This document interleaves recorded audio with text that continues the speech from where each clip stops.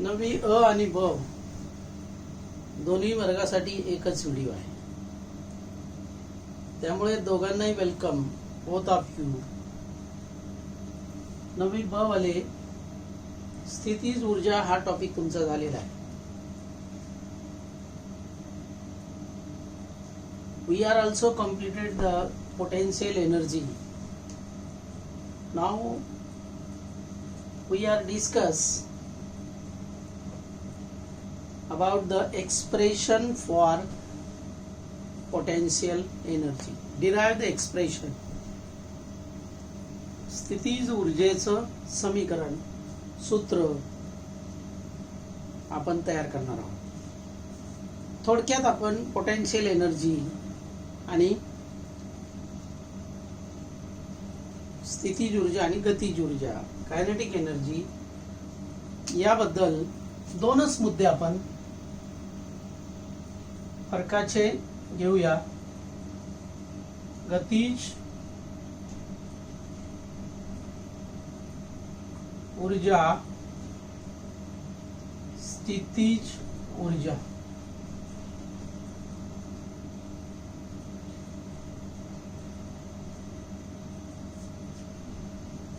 केई आणि PE potential energy. First we will see about the potential energy. स्थितीज ऊर्जेबद्दल स्थितीमुळे किंवा स्थानामुळे, मराठी मीडियम वाल्यांना खूप सोपं आहे, स्थितीमुळे किंवा स्थानामुळे प्राप्त झालेली ऊर्जा. The energy due to position and state. Energy possessed due to position or steps is called potential energy. साठवली जाते. लक्षात घ्या. सपोज हा 100 ग्रॅम वजनाचा कांदा माझ्याकडे आहे. I have 100 gram onions in my hand. You see the position, स्थान हे आहे. त्याला सर्टन हाईट वर नेऊन इथे ठेवला. First position, certain amount of energy is stored in this onion because it is lifted from certain height. या कांद्याला आपण जमिनीपासून काही उंचीवर आणलेला आहे, म्हणजे याच्यामध्ये असणारी ही ऊर्जा इथे आहे, साठवलेली आहे. त्याला स्थितीज ऊर्जा आपण असं म्हणतो. The potential energy now it is lifted on another certain height. The energy possessed in onion is also same. The energy possessed in this position and energy possessed in this position also same. What is your conclusion? या उंचीवर असताना तोच कांदा आहे, याही उंचीवर तोच कांदा आहे. मग दोन्ही वेळेस या कांद्यामध्ये साठवलेली स्थितीज ऊर्जा सारखी असेल का? What is your conclusion? Lot of student say, तुमच्यापैकी बरेच जण काय म्हणतील, कांदा तोच आहे, तेवढ्याच वजनाचा आहे, म्हणजे दोन्ही वेळेस त्याच्याकडे साठवलेली ऊर्जा ही सारखी असेल. हे चुकीचं उत्तर आहे. Because when we lifted onion on certain height, the energy possessed is more. या पोझिशनला असणारी पोटेन्शियल एनर्जी ती या पोझिशनला असताना जास्त असणार आहे, इथे कमी असणार आहे. कारण energy possessed due to position, स्थितीमुळे, स्थानामुळे प्राप्त झालेली ऊर्जा म्हणजे स्थितीज ऊर्जा. इथे हाईट कमी आहे, इथे हाईट जास्त आहे, म्हणजेच या ठिकाणी साठवलेली पोटेन्शियल एनर्जी, स्थितीज ऊर्जा ही जास्त असणार आहे. लक्षात घ्या. You know that another example which is given on your page number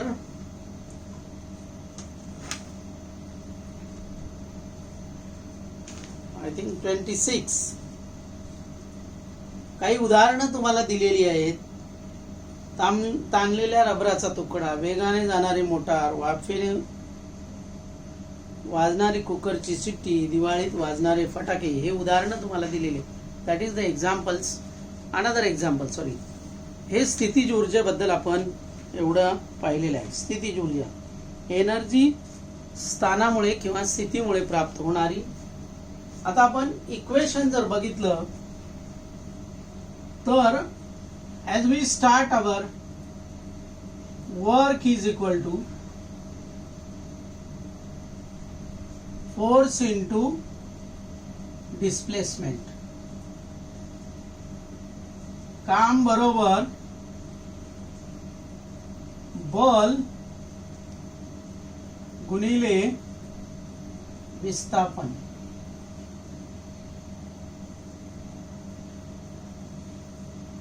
मग आता काम बरोबर बल गुणिले विस्थापन आहे. आता या कांद्याचं उदाहरण आपण घेतलं. या कांद्याकडून प्रयुक्त होणारं बल हे त्याच्या वजना एवढं असणार. दॅट मीन्स द बल is what is force. Force is create due to the weight of this onion. You know, weight is nothing but weight is equal to weight. वजन म्हणजेच बल त्या वजना एवढं प्रयुक्त होणार आणि वजन म्हणजेच मास इंटू ग्रॅव्हिटेशनल फोर्स.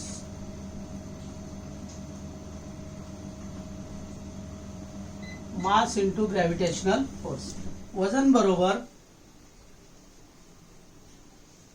वस्तुमान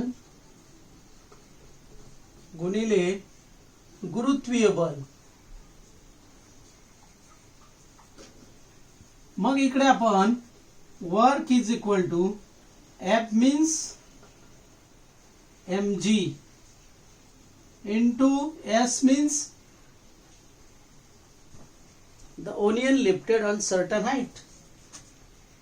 हे डिस्प्लेसमेंट विस्थापन किती झालं त्याच्या उंची एवढं, म्हणून h इज द हाईट. आणि म्हणून w is equal to mgh. या टर्मचा जर उल्लेख केला तुम्ही, m म्हणजे वस्तुमान, म्हणजेच in English it is called age mass. g म्हणजे गुरुत्वीय बल, gravitational force.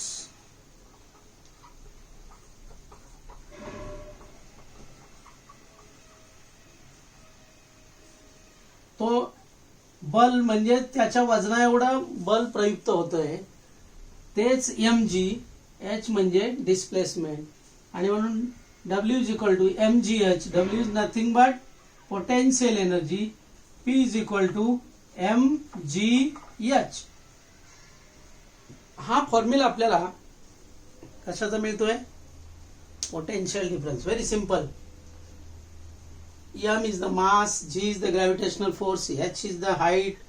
That means s is the displacement, f is the force. Force is nothing but it is a weight of an object. त्याच्या वजना एवढं बल प्रयुक्त होते, म्हणून f is nothing but mg. In short, f is nothing but mg and s is nothing but h. If you can put this value in this equation, you got w is equal to mgh and that is the potential energy. m म्हणजे मास, g म्हणजे गुरुत्वीय बल. बल म्हणजेच वजना एवढं बल प्रयुक्त होते, म्हणून f च्या ऐवजी काय लिहिलं आपण? mg. s च्या ऐवजी काय लिहिलं? h. फॉर्म्युला काय तयार झाला? स्थितीज ऊर्जा म्हणजेच mgh. Can you tell me the meaning of these symbols? मग दोन महत्वाचे फरकाचे मुद्दे. Write down the two main difference point. KE energy due to motion, गतीमुळे प्राप्त झालेली ऊर्जा म्हणजे गतिज ऊर्जा. स्थितिज ऊर्जा potential energy, energy possess due to position और स्टेट्स. स्थितीमुळे किंवा स्थानामुळे प्राप्त झालेली ऊर्जा स्थितिज ऊर्जा. पहिला मुद्दा फरकाचा एक एक मुद्दा तुम्ही लिहिला तर गतीमुळे प्राप्त झालेली, स्थितीमुळे किंवा स्थानामुळे प्राप्त झालेली.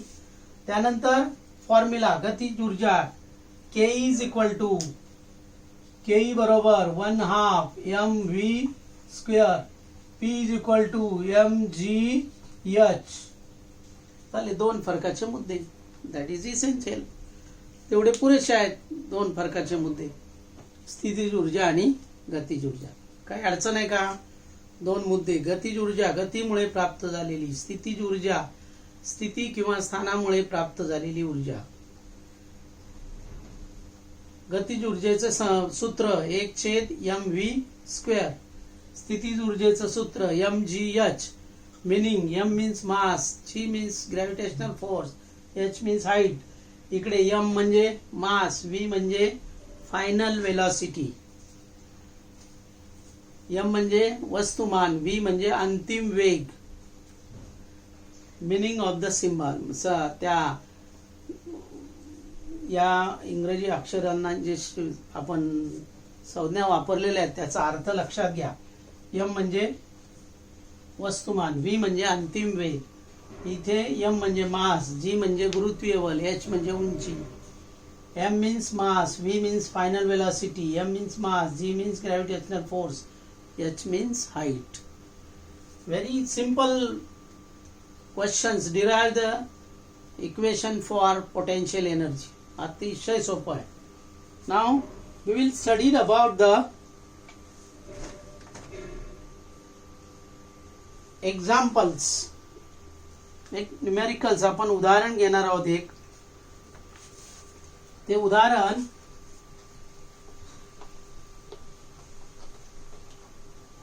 अतिशय सोपं उदाहरण आहे. तुमच्या पुस्तकामधलं पेज नंबर 24 वर तुम्हाला दिलेलं उदाहरण आहे. Page number 24.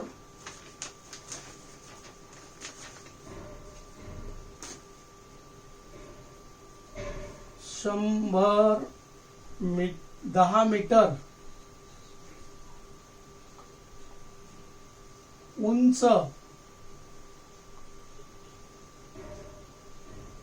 इमारतीवरील, लिहून घ्या उदाहरण. 100 मीटर. तुम्ही पण लिहा इंग्लिश मीडियम मध्ये.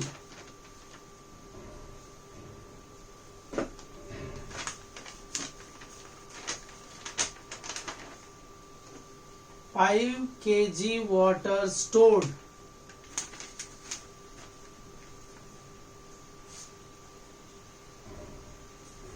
शंभर मीटर उंच इमारतीवरील टाकीत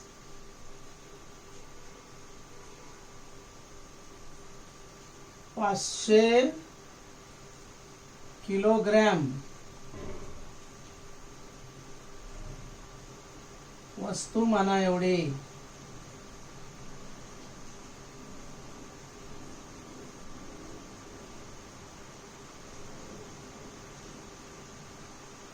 पाणी साठवलेले असल्यास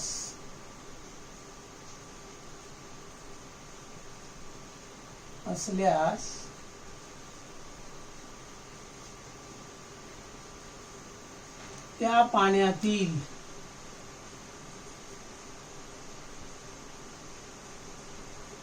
स्थितिज ऊर्जा किती असेल?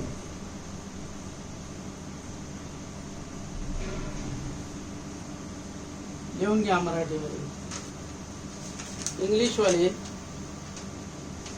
500 kg water stored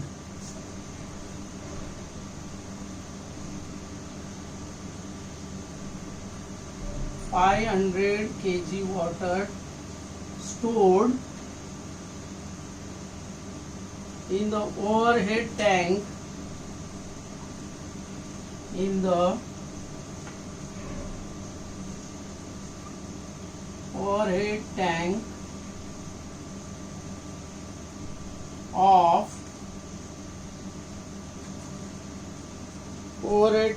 of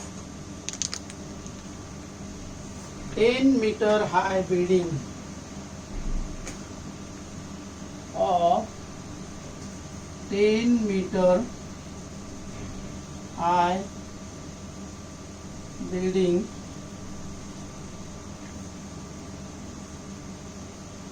calculate the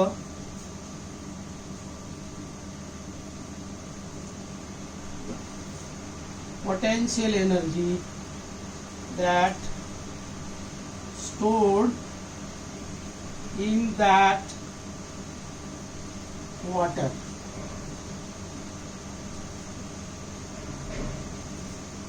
Very numericals.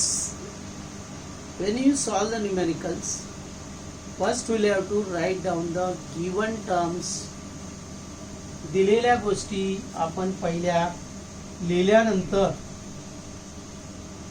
काय काय दिलेलं आहे. What is given terms? H 10 meter, then mass 500 kg, उंची म्हणजेच h म्हणजेच 10 मीटर, वस्तुमान म्हणजेच मास m 500 kilogram. Then G is equal to 9.8 meter per second square. गुरुत्वीय बल, गुरुत्वीय किंमत G बरोबर 9.8 मीटर पर सेकंड वर्ग. आता या गिवन टर्म आहेत, लक्षात घ्या. सगळ्यात महत्त्वाचं न्यूमेरिकल सॉल्व करताना तुम्ही गिवन टर्म बघायचं. What is given to you, first will have to write down. Then check the given terms are in a single system. तुम्हाला दिलेल्या टर्म्स या कोणत्या एका SI सिस्टम किंवा CGS सिस्टम मध्ये दिलेल्या पाहिजे. मग त्यासाठी प्रत्येकाचं तुम्हाला SI युनिट चेक करावं लागेल. समजा हाईटचं SI युनिट काय मीटर आहे, CGS काय सेंटीमीटर आहे, लक्षात घ्या. मग H is given into metre which is in SI system, म्हणजे बरोबर आहे. M ची व्हॅल्यू मास वस्तुमान याचं SI युनिट आहे किलोग्रॅम. SI एकक किलोग्रॅम आहे. उंचीचं मीटर आहे, म्हणजे उंची आणि मास दोन्ही SI सिस्टम मध्ये दिलेले आहे. Height and mass is given in SI unit which is well and good. जर ते नसतील तर करून घ्यावे लागतं. जसं की आपण ग्रॅमचं काय, जर CGS मध्ये घ्यायचं असतं तर ग्रॅमचं आपल्याला किलोग्रॅम करायला लागलं असतं. त्यानंतर G ची व्हॅल्यू 2 आहे. एक 980 सेंटीमीटर पर सेकंड स्क्वेअर ते CGS मध्ये, आणि SI सिस्टम मध्ये 9.8 meter per second square. The value of G is given to you in SI system 9.8 meter per second square. That means the given terms that are found in a SI unit. No problem.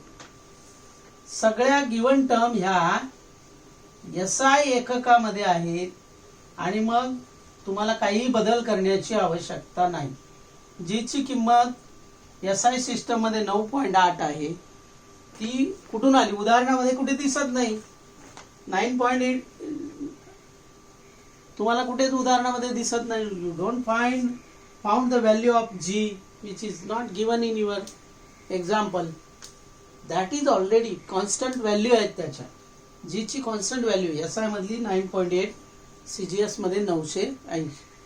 Now directly तुम्ही जर formula use केला, if you use the formula P is equal to mgh, put this value m 500 into G 9.8 into h 10 meter. स्थितिज ऊर्जा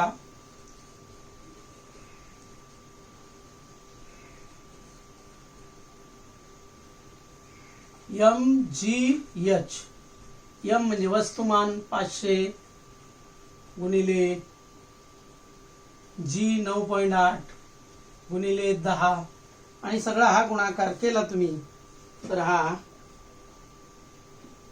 याची P ची value येते 49,000 joule.